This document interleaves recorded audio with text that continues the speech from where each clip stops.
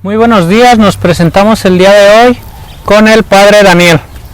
Para usted, ¿qué significa ser misionero de Guadalupe?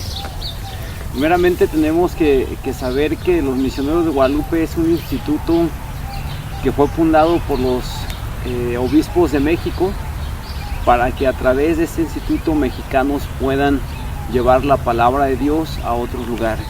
Por lo tanto, para mí es un medio en el cual se puede llevar la palabra de Dios, sobre todo a aquellos hermanos que no conocen todavía a Cristo. Un aspecto muy importante que a partir de ahí podemos nosotros seguir, que es esa misión hacia los adyentes. Para usted que visitó el país de Kenia, ¿qué es o qué se vive en ese país? Yo tuve la experiencia de estar allá en la misión de Kenia como estudiante. Fui a terminar lo que fue mis estudios de teología. Entonces la experiencia que yo tuve fue de tenerla como estudiante, sin embargo también tuve experiencias de pastoral como seminarista y después como diácono, en el cual me permitió conocer la realidad de la misión y el trabajo que realizan los sacerdotes allá en la misión de Kenia. En Kenia se vive mucha diversidad, puedes encontrar muchas tribus, puedes encontrar variedad de idiomas, variedad de realidades. En un lugar puedes encontrar donde hay gente que vive la riqueza y por otro lado, cercano, encuentras a gente que está en la pobreza extrema. Entonces son retos que son muy difíciles y que es los lugares en donde estamos trabajando. Ya como diácono, pues tuve esa experiencia de estar en una de las tribus que es en Turkana, en una de las parroquias que es Todos los Santos, y ahí fue donde llevé mi ministerio diaconal. Después de que nos platica usted esto, como sacerdote, ¿qué satisfacción tiene el haber apoyado a esas personas? Y ahorita como sacerdote, primeramente, no solamente es el apoyar a la gente, sino ya cuando tú estás allá por el tiempo que hayas estado, en este caso conmigo que estuve 5 años, también lo vi como un aprendizaje, porque no solamente vas y enseñas y ayudas, sino también la misma gente te ayuda y te das cuenta de realidades que a veces aquí en México que vivimos, pero a veces es más difícil captar y es más difícil tener esa realidad en nosotros, ¿no? Y por lo tanto llevar un cambio. A mí me ayudó mucho para poder apreciar lo que tenemos, valorar lo que tenemos. A veces aquí en México ya damos por hecho las cosas que tenemos y a veces exigimos. Nos damos cuenta que en otras realidades ya quisieran tener lo que tenemos aquí en México. Entonces en ese sentido, para mí me ayudó en darme cuenta de todos los aspectos que ya he tenido y he vivido aquí en México y agradecerle a Dios, ¿no? De la forma de estar allá, pues yo lo que hacía era, como seminarista, todos los domingos visitaba enfermos. Era parte de mi apostolado. En la mañana llegaba a la parroquia de Cristo Rey, que es allá en Quivera. Estaba yo en la celebración, acolitaba ahí servía ahí en el altar, acolitaba. Y después de ahí, pues me llevaba la reserva para los que enfermos que comulgaban, y no solamente visitábamos a los que eran católicos, sino a todas las personas que estuvieran enfermas y que nos permitían entrar a sus casas o incluso a los hospitales.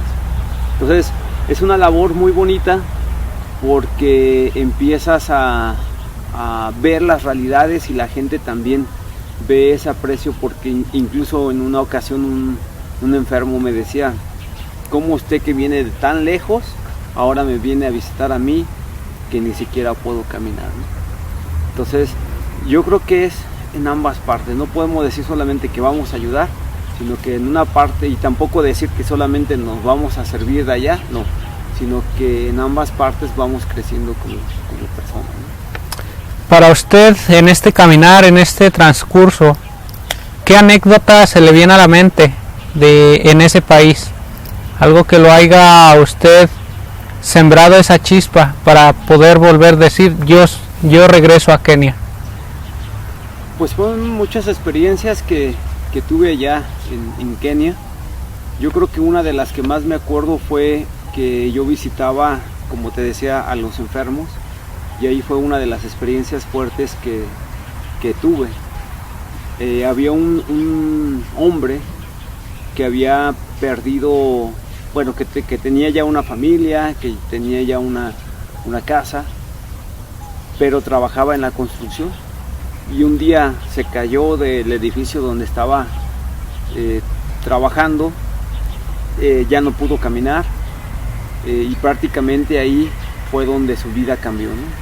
Ya no pudo tener dinero, su esposa lo abandonó, sus hijos se fueron, quedó solo y vivía en la parte de Kibera, que solamente era en un cuartito, y no creía mucho en Dios, y ahí fue donde empezó a tener esa experiencia de Dios, ¿no? Una vez él me dijo, yo doy gracias a Dios que me haya pasado esto, porque gracias a eso yo he tenido muchos beneficios, ¿no?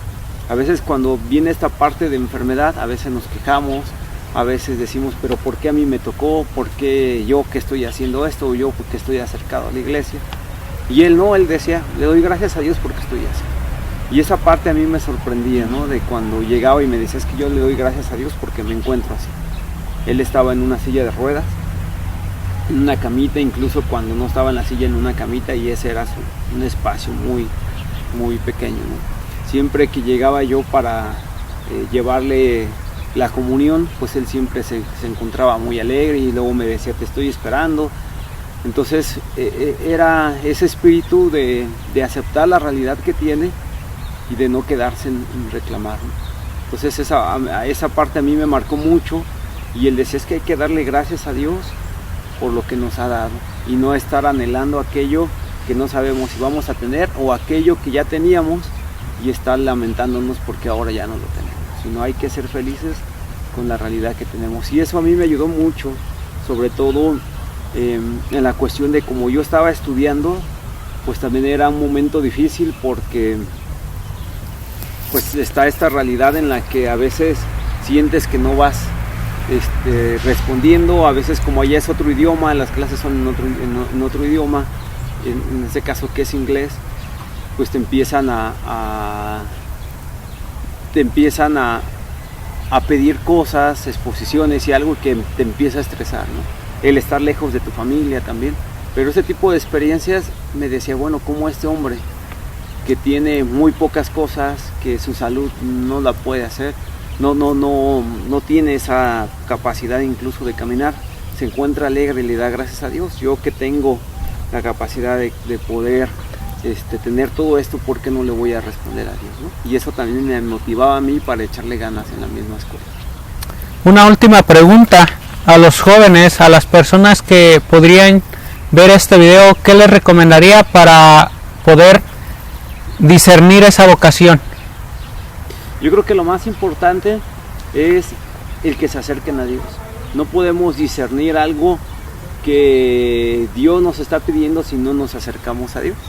Y eso va a ser a través de la oración. Cuando tú estás decidiendo algo en tu vida importante, no lo hagas solamente por lo que te dicen los demás o por lo que tú sientes, sino que es importante que te acerques a la oración, que reflexiones que realmente Dios quiere para ti, y es ahí donde tú vas a poder tomar una buena decisión para tu vida. Bueno, pues muchas gracias, le agradecemos en nombre del CISEMI, y pues muchas gracias, Padre. Dios lo bendiga. Hasta luego, que Dios los siga bendiciendo a todos ustedes. Gracias.